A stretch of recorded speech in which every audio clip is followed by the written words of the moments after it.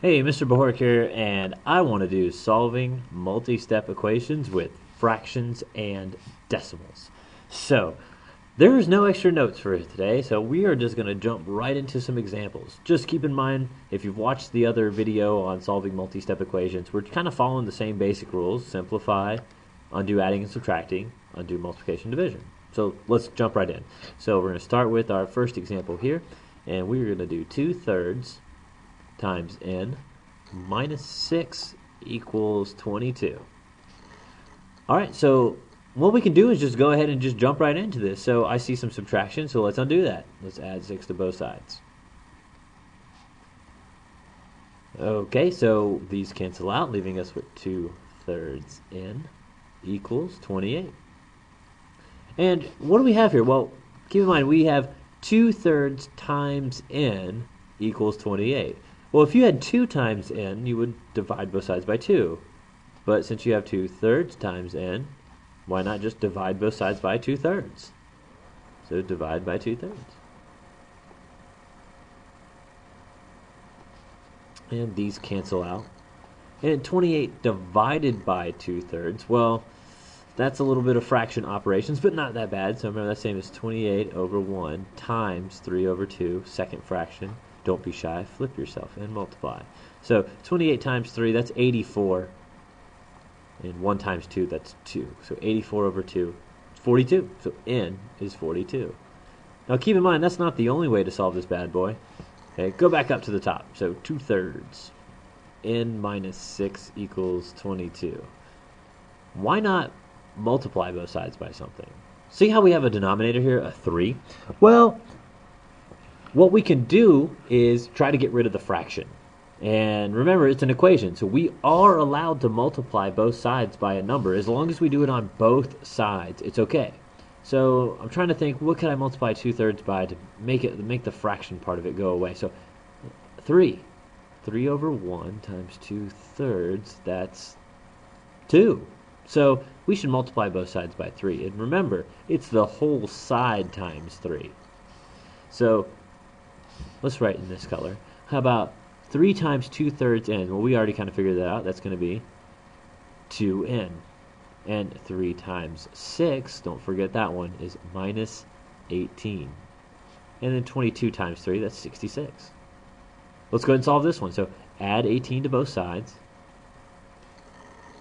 Those cancel out, leaving us with 2n equals 66 plus 18. That's 84. We're going to divide both sides by 2, and what do you know? N equals 42. You get the same exact answer. How exciting. So remember, it doesn't matter which way you do this. You can work it this way. You'll have to deal with a little bit more fraction operation stuff. Or you can get rid of the fractions and solve it, as long as you multiply both sides by a number that will get rid of the fractions. So let's do another example, and let's do an example that has a couple different fractions. Let's try scrolling this time. Alright, so let's do an example that has some different, or 2 different fractions in it with 2 different denominators. So you'll see what I'm talking about. So example 2. How about 2/5 x plus 2 equals 3/4? Now you'll notice that we have 2 fractions here. Now I want to do it the method where I multiply both sides by something and I get rid of the fractions, because I just don't like working with fractions. It's annoying. So let's multiply both sides by something to get rid of them. Well, that something, take a look at the denominators, 5 and 4.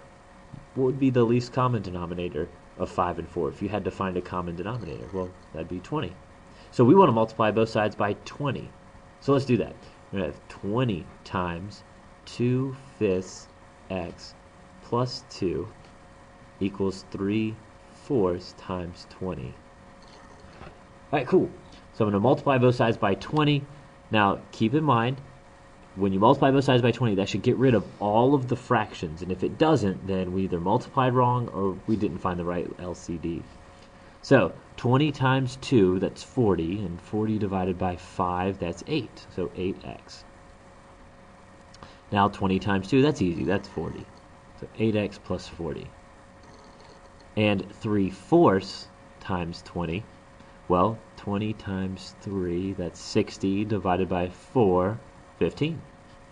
Sweet. Now we've gotten rid of all the fractions, okay, and we can solve this. Minus 40 on both sides. So we got 8x equals negative 25. Oh, it's the bell. I better hurry up. Divide both sides by 8. Okay, so negative 25 over 8 is going to be our answer. And you can leave it that way. It's simplified. If you want to write negative 3 and 1/8, that's cool, but I'm not going to risk it because I know that this is my answer. So I'm going to leave it as negative 25 over 8. Now, I said we're going to be doing stuff with decimals as well. So I want to do at least one example like that before all my students start coming back, which I hope I'm going to have time to do. I wrote on my door, recording, do not enter, so I'm sure I'm going to have some students look in and say, like, what's Mr. Bohort doing? Okay. All right, so let's do a real quick example with decimals. Okay, so example 3. Okay, 0.035 m plus 9.95 equals 12.75. Alright, so one trick we can do is we can multiply both sides of this by something that will get rid of the decimals. So I'm looking at this one, 2, 3, and in order to get rid of the decimal, I'm going to have to move the decimal place 3 times to the right. Well, you can do that by multiplying by 1,000. So let's multiply both sides by 1,000. M plus 9.95, whoops, yeah, equals 1,000 times 12.75. So let's rewrite this. 1,000 times 0.035 m, let's use a different color, is 35 m. And 1,000 times 9.95, that's 9,950. I'm just moving the decimal place over 3 times. 1,000 times 12.75, that's 12,750. I just moved it over 3 times. 1, 2, 3. And now I have an equation with absolutely no decimals whatsoever. So this is going to work out really nice. And to save on time, because I've got students coming back right now, I need to go ahead and finish this problem up. So we're going to subtract 9,950 from both sides. Okay, we're going to divide both sides by 35, and I promise you your answer is going to be 80. M equals 80. Test it out, see if you get 80, and I'm Mr. Bohort, and I'll see you next time for more equations practice. Hooray!